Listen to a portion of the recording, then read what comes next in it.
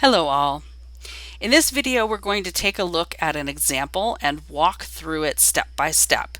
We'll start by just analyzing the function definition to try to make sense of everything that's in it. And then we will start to look at what happens when we call that function. And we'll take the function and copy it over into Python, into PyCharm, and run it so that you can see how it works in that context as well. All right, so up at the top of the page, we have our function. So this function definition has various pieces, and I've got a diagram down below that shows those pieces a little more closely. So let's take it step by step. We'll start at the top line and work our way down for the most part. We start off with the word def. That word tells us this is a function definition. It's the only thing you'll use the word def for. Well, you use it for methods as well, but we're not going to look at methods for a very long time. After the word def, we have the name of the function. That is smallest diff. It's kind of hidden right here, but you can see it up at the top. We have an open parenthesis after that, and then we have three variables, and then a closed paren and a colon. That's the header, the function header. Sometimes we just call it the def line because it has the word def on it. This defines how we interface, how we interact with this function. If we want to call this function, we refer to it by its function name. And it tells us right here that there are three inputs. So when I call the function, I have to give it three values. Unlike some other programming languages, in Python, we don't have to specify the type. Any type of value could be passed in here. I can tell you right now from what we do with it that these should be numbers. And I gave them the names X, Y, and Z because those are common names we use for just generic numbers in a program. So X, Y, and Z, these are the input parameter variables. They are placeholders for values that will come when we call the function.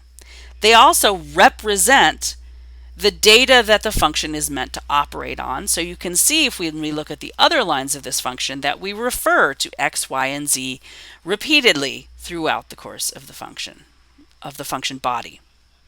So all of these lines after the def line, after the function header, all of these lines are indented. You can see that maybe more clearly even up at the top. All the lines are indented one level. That makes those lines part of the function. If you have a line that is not indented, then Python says, oh, this is after the function. The function's done. Now we're going on to whatever comes next. The function definition is done. But in this case, these are all indented, so these are all part of the function body. When the function is called, all of the lines from 2 to 6 will be performed, almost like a script.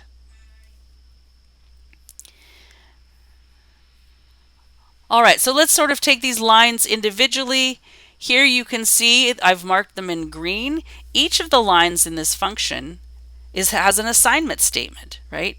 We're creating a set, except for the last one. The first 4 lines in the function all set a variable to hold some value. And you might notice,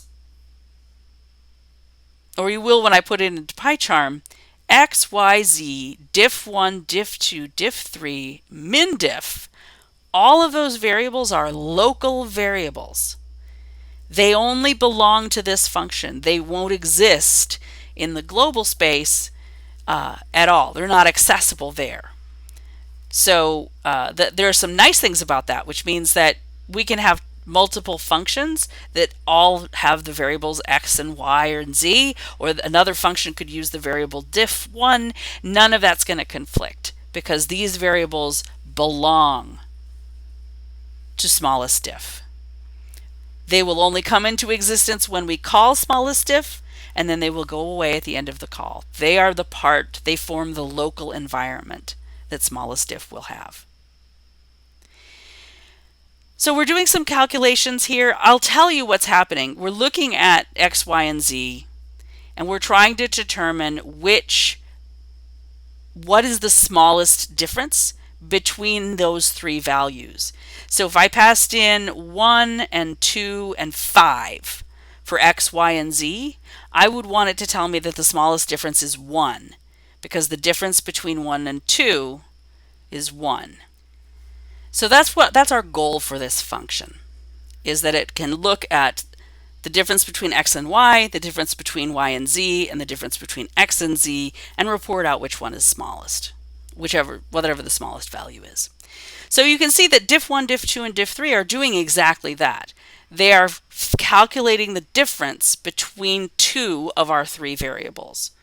And we do x minus y, and then we take the absolute value because we want the difference, we don't care which one of them is smaller. We just want to know how far apart they are. So absolute value of x minus y, absolute value of y minus z, absolute value of x minus z. Now we've compared all three pairs. The next line computes the minimum of those three. So it takes the min of diff1, diff2, and diff3, and it saves that to a variable. The last line introduces another keyword that is important for defining functions. This is a fruitful function. This is a function that returns a value. And when you have that kind of a function, it will have in it the special keyword return. This tells the function to stop, and whatever value or expression you put after the word return, that value will be what comes out of the function. So in this case, the value of min diff is what we call the return value, and it will be returned from the function. All right, let's copy this, and I'm going to switch over to PyCharm, and I will paste it in there. All right, so there we have our function defined. Smallest diff takes x, y, and z, and then it does things with them and produces a number at the end. Now, I have this function in my code. It's in this file, function examples. I could run this. Let's try it. Didn't look like much. I can't actually tell from running this if it's actually running. I'm getting nothing output. I'm getting an exit code of 0, which means the program ran successfully. I'm going to just experiment. And this is something you should do. Experiment with a program. If you're not sure what's happening, try adding some print statements. So I'm going to print out x, y, and z, right? They're the inputs. I'd like to know what they are. Let's see what happens. Nothing happens. Why is nothing happening? Because what I have done here is to write down a recipe for chocolate cake. That's the metaphor we used in the earlier video. I have written down a recipe for doing this calculation, but that's all. If I don't call the function, nothing happens. It doesn't automatically run the function. It only runs functions when your code says to run them. That's like we have print and max and absolute value and round and all of these built-in Python functions, but they don't automatically operate unless you write code that calls them. The same thing is true when you define your own functions. All right, so I'm going to add a function call. I'm just going to put it down below. That's what we usually do. In fact, what we usually do is put function definitions at the top, near the top of the file, and all of the calls and other script elements down at the bottom. So I'm going to make this a little script. It'll say testing smallest diff, just so I know that something is happening here. And I'm going to pass it some numbers. What were the ones I used earlier? 1, 2, 5. Notice that PyCharm's pretty clever. It knows that x, y, and z are the variables. It's showing me that those are what I should be putting. I should put 3 values. And it's actually also added this little x colon, y colon, z colon annotation to show me which values are going to be with which variables. PyCharm is very handy that way. If you find that annoying, you can turn it off. All right, I'm going to run this. Okay, so I got testing smallest diff, and then it printed the x, y, z, 1, 2, 5, but it didn't show me anything else. Think about why that's the case. I just called the function. I didn't actually do anything with the value it returned. Remember, it's a value. It's a function that returns a value. So what I could do is save the value that comes back from smallest diff into a variable and then print it.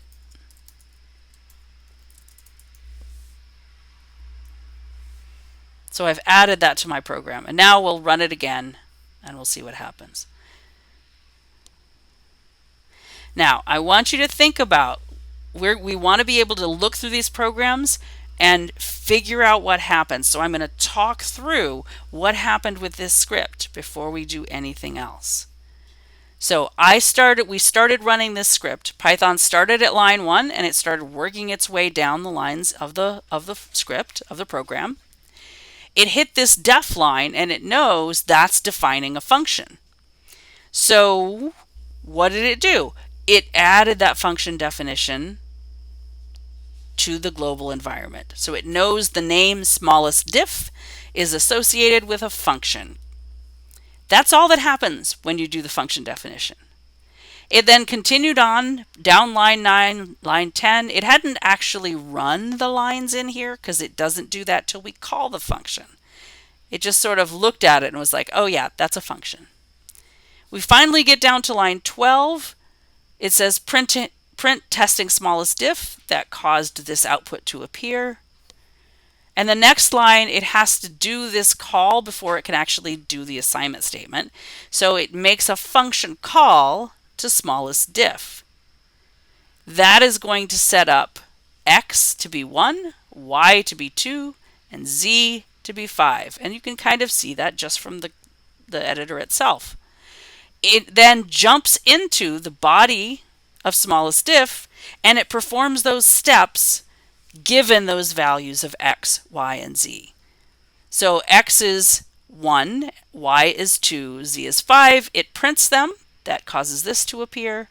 And then it goes through these lines. And ultimately, it's going to compute that the difference between 1 and 2 is 1, and that's the smallest among the three. So that's actually the different. Diff 1 will be 1. Diff 2 is y and z. That'll be, 3. And diff 3 will be 4. So when it takes the minimum of those, 1 is the value that it wins out. So that's the value that's returned. So small gets defined to be 1. And in that process, when we return that 1, this whole function call is evaluated to the value 1. You can think of it as it turns into the value 1. And then we continue our code here just as before. So we would do small equals 1. And then we do the last print statement, which prints the value of small. And we see that it's 1. So a lot of things happened there. Notice the order of operations. We did the definition first, but then we continued on down through the script until we got to the function call. And then we jump back up and do the function, and then jump back down and continue our script.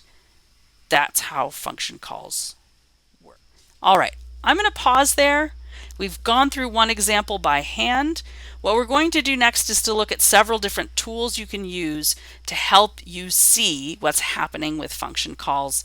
And I'm going to do that in the next video. So until then, I will see you very soon.